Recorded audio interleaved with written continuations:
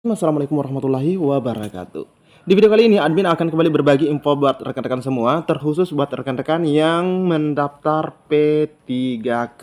Nah, di video kali ini admin akan menyampaikan informasi terkait dengan formasi yang non ya atau tidak ada yang mendaftar.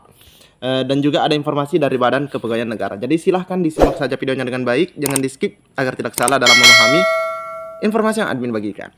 Jika ada suara-suara berisik, abaikan saja. Oke, kita lanjut saja rekan-rekan ya. Nah, kita ada informasi yang pertama di postingan BKN ya. Nah, ini teman-teman ya, disampaikan 19 jam yang lalu bahwa ini diingatkan bahwa batas pendaftaran periode pertama seleksi P3K 2024 akan berakhir 20 Oktober pada pukul 23. Nah, ini tinggal beberapa jam lagi teman-teman ya. Pukul 23 lewat 59 menit. Disclaimer, Kemenak mengalami penyesuaian jadwal. Nah, teman-teman yang seringkali bertanya bagaimana dengan Kementerian Agama. Nah, ini nanti ada penyesuaian jadwal, nanti dicek saja di laman ini ya, @kemenak_ri. Hindari mendaftar dengan sistem kebut semalam. Nah, ini hati-hati ya. Nah, di sini besok penutupan pendaftaran seleksi P3K 2024 periode pertama. Jadi teman-teman kecuali kemana ya? Jadi teman-teman yang akan masuk di tahap 2 17 November nanti ya siap-siap teman-teman ya. Pastikan semua dokumennya bisa lengkap dan persyaratannya bisa dilengkapi. Nah, di sini terkait detik-detik ingin penutupan, di sini teman kita nggak bisa login. Pastikan sudah buat akun ya. Nah, katanya. Pastikan sudah buat akun. Kami seluruh ASN mengucapkan terima kasih kepada Bapak Presiden. Nah, ini juga terkait dengan Presiden Jokowi yang makin di masa jabatannya, teman-teman ya. Oke, kita lanjut lagi ke informasi yang kedua.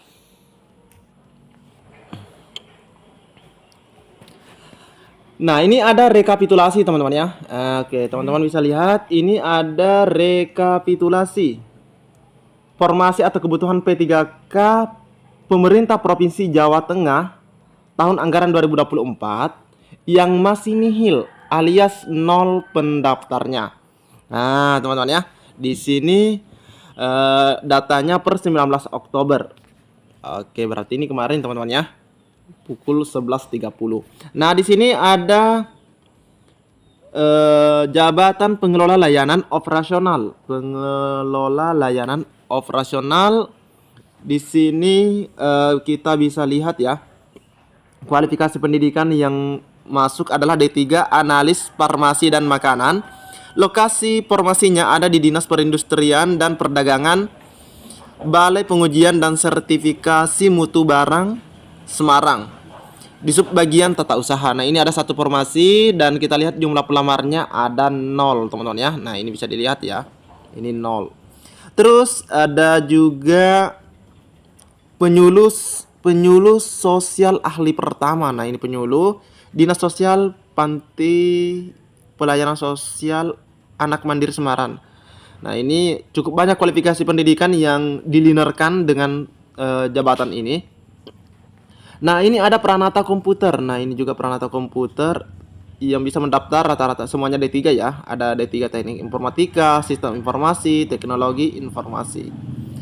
Ada Administrasi Perkantoran. Nah, ini kalau nggak salah ini SMA bisa teman-teman ya. Ijazah SMA ini bisa. Tapi kalau permintaan di sini ini beda. Kalau di beberapa instansi yang lain ini ijazah SMA bisa pengadministrasi perkantoran. Tapi kalau di Jawa Tengah ini di sini D3 Akuntansi, Manajemen dan Komputer permintaannya. Oke.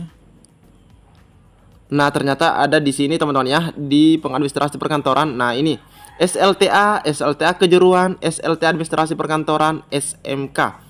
Nah, ini ya, ternyata di sini dia ada. Administrasi perkantoran di Biro Organisasi. Nah, ini juga ada pengadministrasi perkantoran juga di Biro Organisasi juga. Ijazah SMA nggak bisa kayaknya ya. Nah, ini tidak bisa teman-teman ya. Penyuluh sosial ahli pertama juga ada.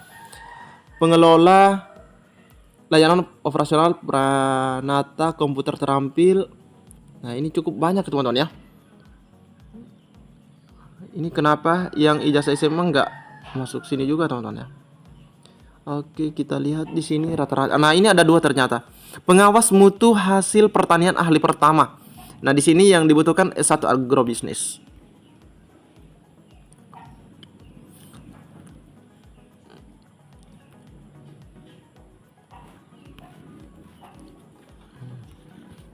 Ini rata-rata 1 teman-teman ya. Bis.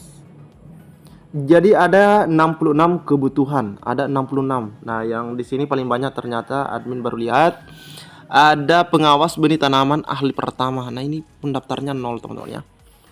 Jadi mudah-mudahan nanti ada kebijakan teman-teman ya. Ini yang kosong seperti ini. Nah, nanti bisa dimanfaatkan oleh teman-teman yang ada di teman-teman yang ada di tahap 2. Nah, ada di tahap 2. Ini kesempatan bagian tahap 2 karena ini 0 pelamar. Jadi teman-teman yang ada di instansi ini, instansi tadi kita lihat Provinsi Jawa Tengah. Nah, Provinsi Jawa Tengah. Nah, ini bisa memanfaatkan teman-teman ya. Bisa dimanfaatkan di tahap 2. Oke. Dan kepegawaian daerah di akhir waktu pendaftaran. Jadi ada pesan terakhir. Nah, teman-teman perhatikan baik-baik pesannya. Izin Bapak Ibu, sampai saat ini belum ada informasi resmi terkait perpanjangan batas waktu pendaftaran. Nah, ini juga kami sampai hari ini belum dapat info dari BKD, dari BKN, dari manapun itu teman-teman ya, bagi yang berwenang terkait dengan perpanjangan pendaftaran. Jadi teman-teman yang belum submit, hati-hati, jangan sebagaimana yang sampaikan BKN, jangan begitu sudah waktu mau habis baru mau submit, hati-hati. Kami harap peserta dapat mengoptimalkan sisa waktu untuk pendaftaran. Kami sarankan, nah ini, kalau hari ini sudah selesai silahkan langsung resume. Khawatir kalau besok, maksudnya mungkin hari ini, besok traffic server, ini hati-hati ya, terlalu tinggi, malah nggak bisa resume, malah jadi gagal daftar. Padahal teman-teman itu sudah persiapkan semaksimal mungkin ya, dari dokumen dan segala macam. Tapi teman-teman itu tidak submit. Jadi yang lagi menonton, kalau sudah siap submit. Beberapa pertanyaan yang di ranah kebijaksanaan tidak saya jawab ya Bapak Ibu. Dasar kami ialah kebijakan yang tertuang dalam peraturan tertulis baik Juknis, Permenpan RB, Kemenpan RB, dan aturan tertulis lainnya. Sebagai panitia seleksi, kami hanya bertugas dan dilarang keras mengambil kebijakan apapun. Mohon dapat dipahami.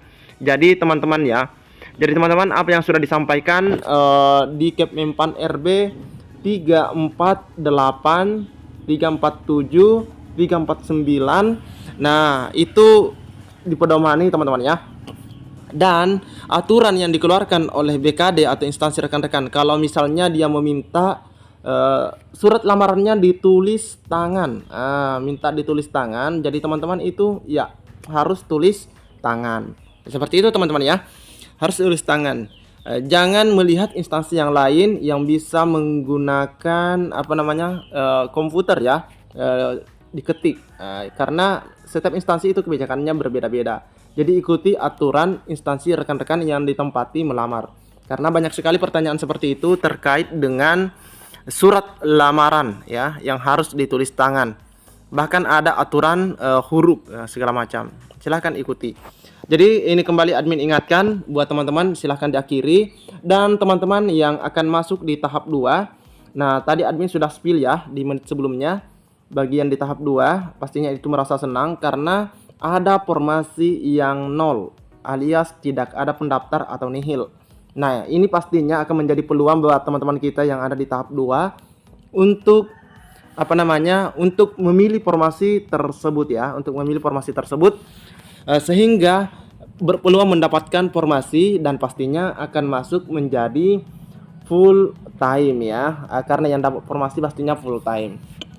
Itu lumayan banyak ya tadi dari Provinsi Jawa Tengah. Oke, cukup sekian informasi yang dapat admin bagikan. Lebih dan kurangnya admin mohon maaf. Admin ulangi, yang belum submit silahkan di submit.